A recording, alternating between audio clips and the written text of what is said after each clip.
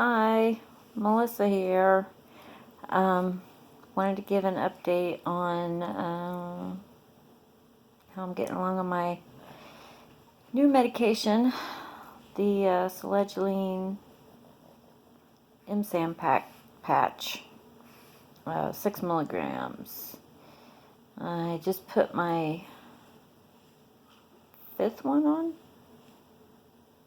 I think today's day 5. Uh, so I had to take the old one off, put the new one on. I do it about 2 o'clock every day because I figured that's a good time that'll work in with my crazy work schedule. And it's hard for me to focus today. I am so sorry. I can't keep my mind on one particular thought for too long, which I guess could be a good thing because I'm not like obsessing over anything. I can't think of something long enough to obsess over it. A little hyper. Been, I don't know what manic depression feels like, but the manic phase, I'm assuming, feels kind of like what I've been going through the past couple days. Very energetic, talkative, laughing and carrying on, and animated. That's not me, but maybe it'll be the new me. Anyway, it's only been 5 days, like I said. I go back to the psychiatrist January 5th. I think it was the 5th. Yeah, because I told her I might have to reschedule because I think I'm going to Kansas City for my birthday, which is January 31st. And I think Mom and I are going to fly to Kansas City to a casino there.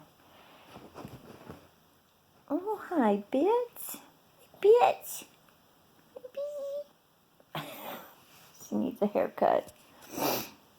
My son and my grandson was home this weekend, and they put my tree up for me. I'm so happy I didn't have to do it.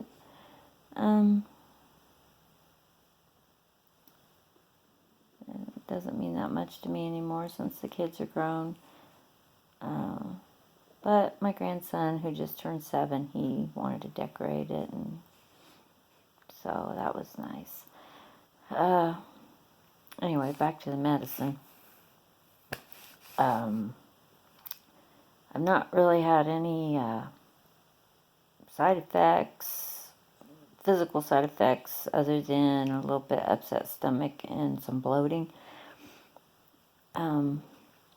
But I never know. I mean, that could just be because, like 15 years ago, I had the majority, 85% of my colon was removed for ruptured diverticulitis. And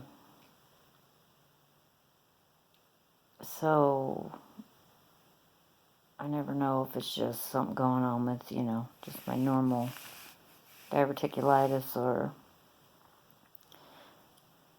who knows. But that's really the only physical side effect I've had. And I had any headaches, like, you gotta watch for headaches, for blood pressure spikes. I don't feel like my blood pressure is spiked. I haven't had any headaches at all, no nausea. So far, so good on that front. Really, just the hyperactivity is a little crazy to me. But even in spite of being extremely hyper, I've been able to sleep pretty good. I've fallen asleep and sleeping through the night, as far as I can tell. which is very rare for me. Usually I'm up and down, every 2 hours up, awake. So the last, like, 2 nights, I've slept through the night.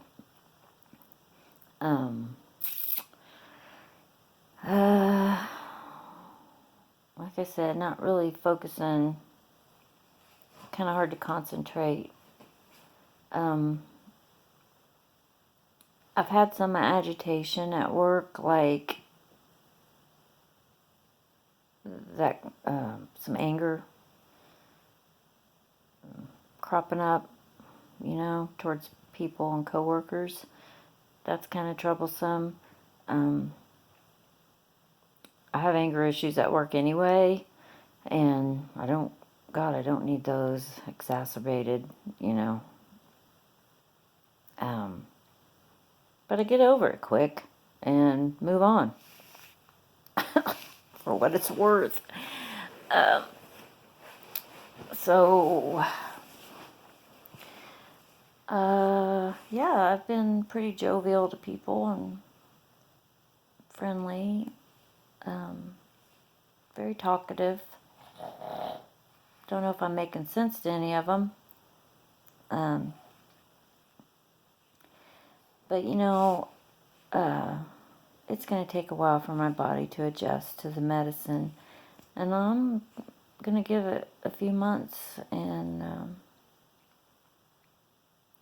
we'll see what happens. See if it evens out, and I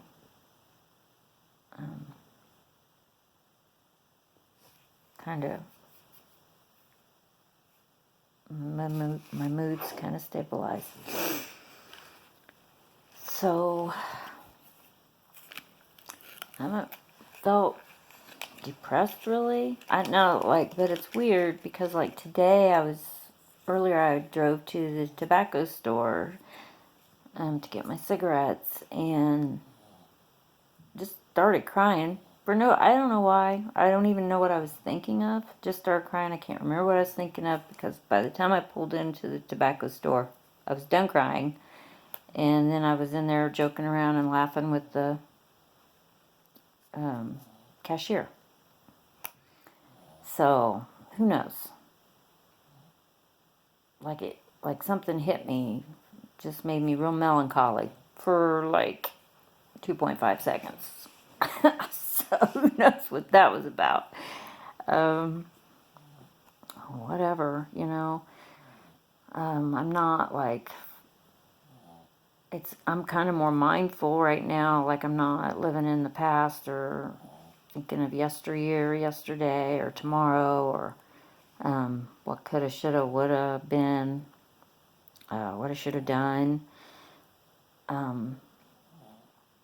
So that's a good thing because normally my mind is always somewhere else other than in the moment.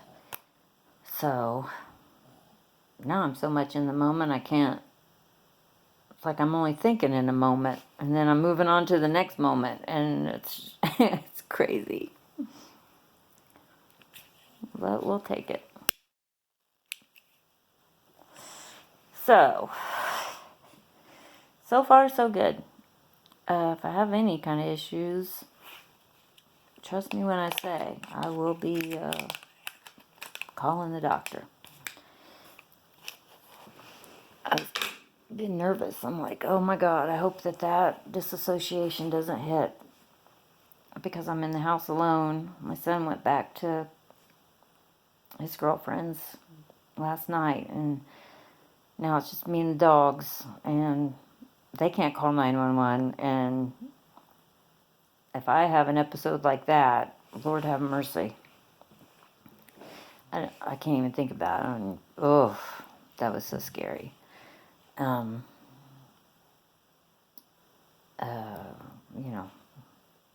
What happens. So, my son, like I said, was here. He's been down in the dumps severely.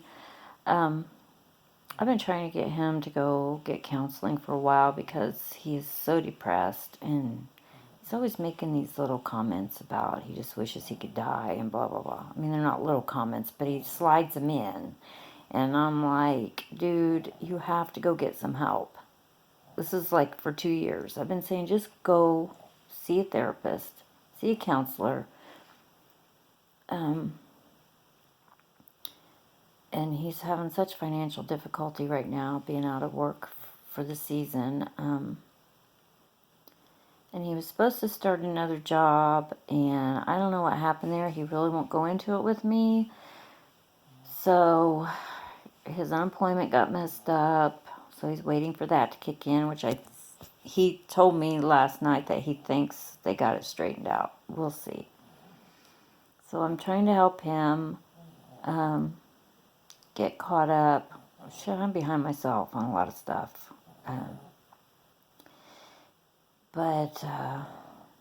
So I told him I would give him his Christmas money early, plus a little bit more.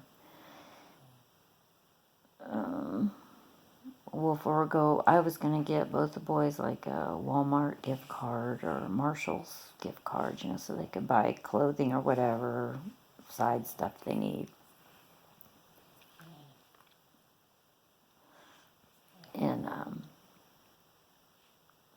so instead of that for him, I'll give him extra cash. I felt so bad for him.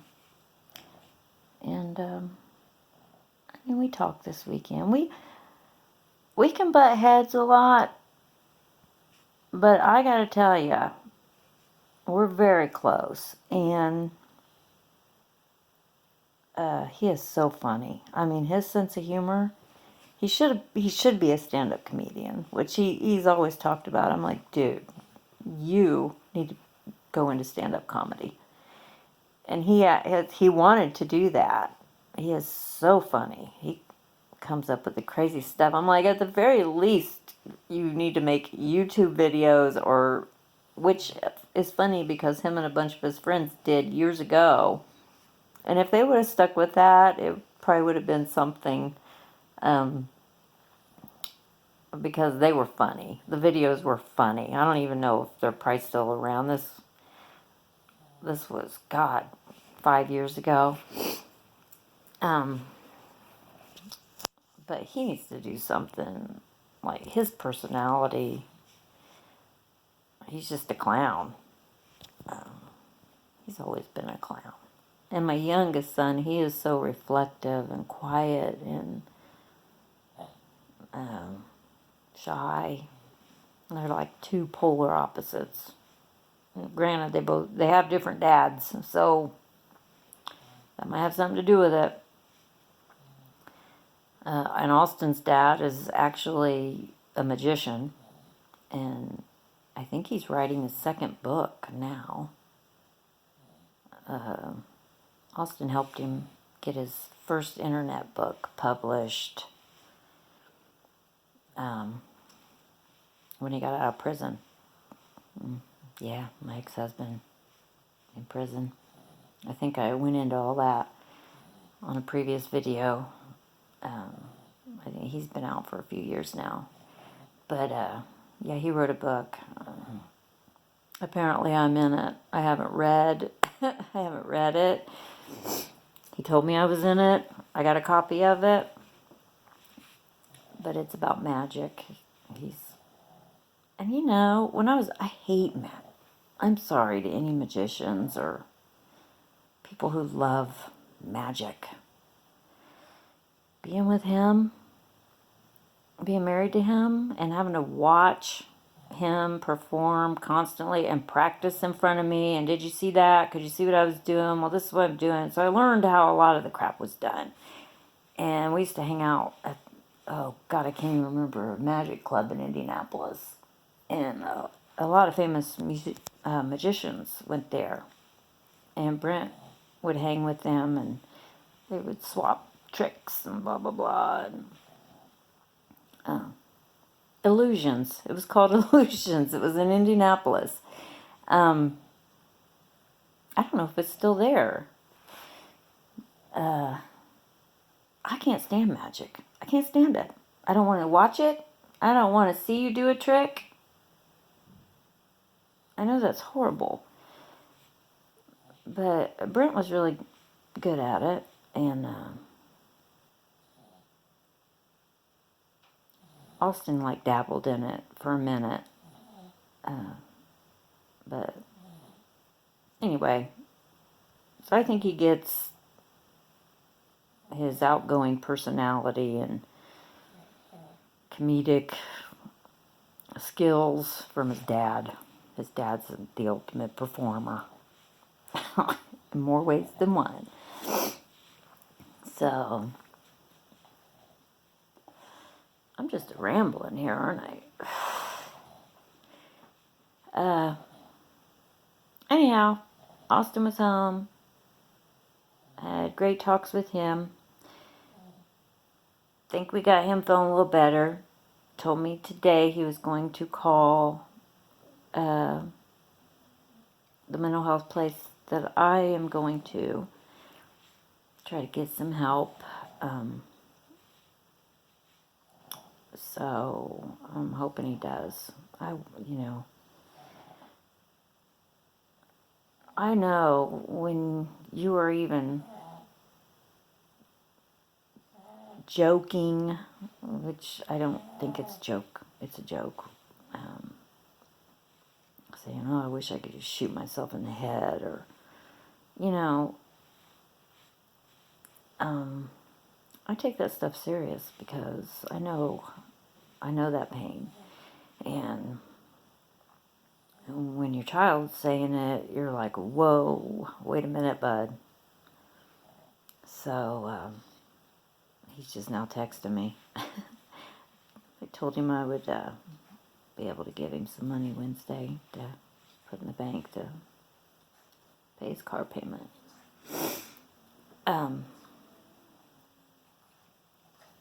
So yeah, I'm concerned about that. He needs to get help. And I think that's all I have to report.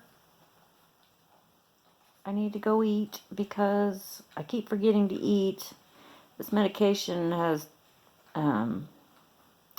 affected my appetite weirdly.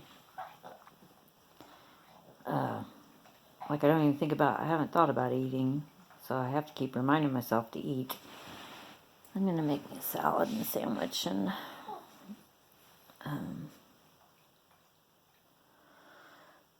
that's about all I have to report. I know this is a very strange video. I'm acting very weird. I'm just feeling kind of out of sorts, like scatterbrained.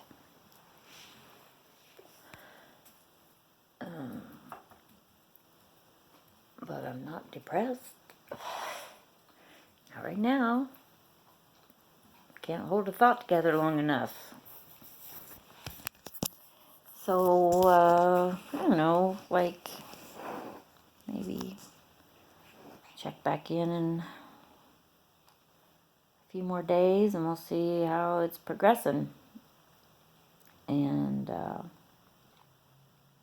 keep my fingers crossed, because like I said, I'm giving this a couple months. I'm at the end of my rope with this. A person can only live so long with feeling crazy. And it's exhausting. So, you can't tell anybody about it. Not my family.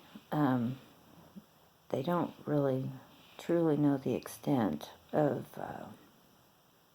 what goes on in my mind. Because I can, like I said before, put on a great mask. And that's kind of scary in itself because, I'll never forget, I lived next door when my kids were little. I lived in a duplex. I had escaped from an abusive relationship, and made my great escape, moved into a duplex, and I lived next door to this guy who was on the other side, and his girlfriend had left him. And she used to babysit for my kids when I was at work occasionally. And I don't know what happened, but they split, and I saw him. I asked how he was doing. He was sitting outside on the front steps of his place, and asked how he was doing, and he said, "Not so good. Think I'm gonna kill myself." And he chuckled, and I said, "Don't even say that." I was like, things will get better. And he just chuckled, and well, later that night, I was with a friend, and we were going to walk to their house, which was down the alley. And my kids must have been with my mom. My kids weren't home at the time. And it was dark, and we were walking down the alley across the street from my house, heading to my friend's house. And I saw something next to the tree, and I looked over, and my neighbor was hanging from the tree in the alley, dead. And the person I was with, it was a guy.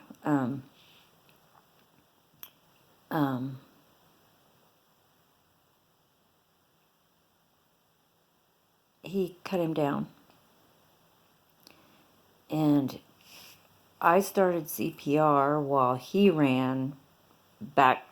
We didn't have cell phones then. He ran back to the house, my house, to call 911. And I did CPR till they got there, which was really quick. And he was gone. And it jacked me up because, I felt so guilty because he told me he was going to do it. But he laughed it off. So, I think the people that commit suicide, they're not like...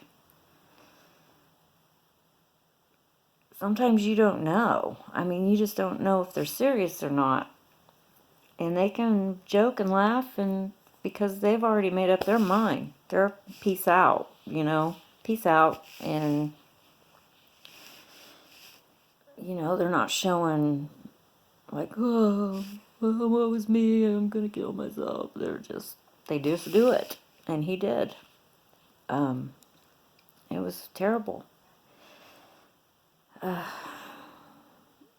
One of my son's little friends who lived behind us. And my house was always the neighborhood house for the kids. I'm sure most people either had a friend whose house was the neighborhood house or their house was.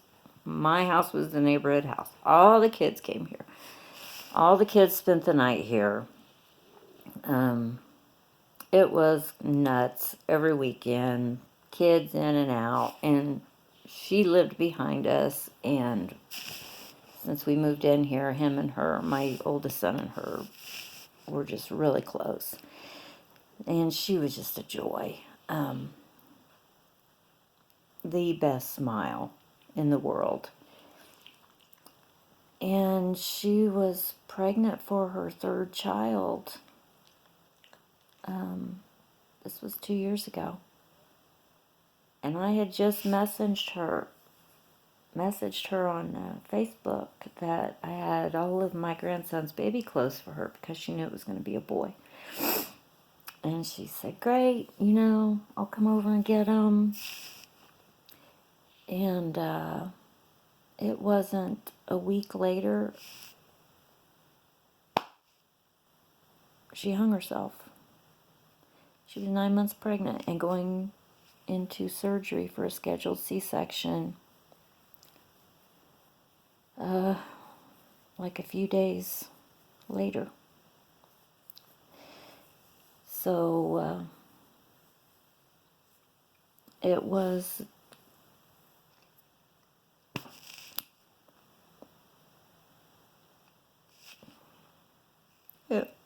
was horrifying and devastating for her. And she had 2 young kids, very young, 3, and I think her little boy was 8 or 9. And then, of course, the baby passed away also, and that was probably the hardest visit to a funeral home that I've ever been to in my life, and I know it hit my son so hard. And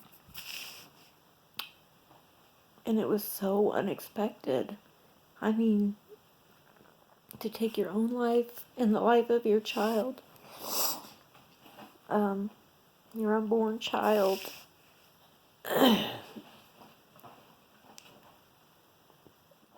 I mean, mental illness is serious life and death business. And,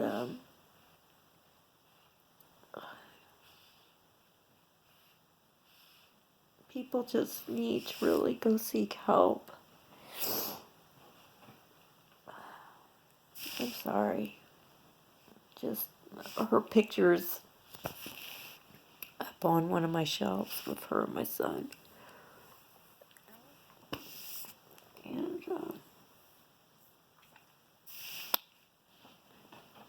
all these kids were like my kids. They came in and out of this house for so many years. So, yeah, I take the threat of suicide very seriously now. Even if it seems like it's in jest. Because it really may not be.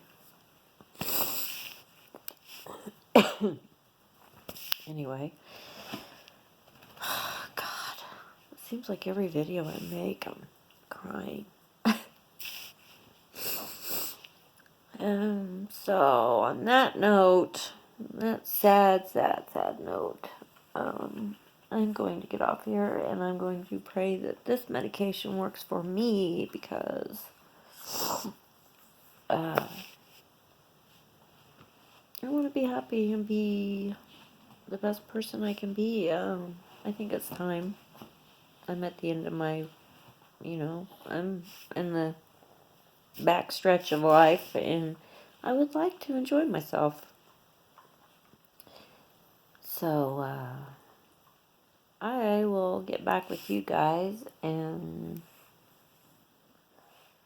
see how I'm progressing here in a few days. So I hope everybody has a good week, and I will talk to you later. Bye.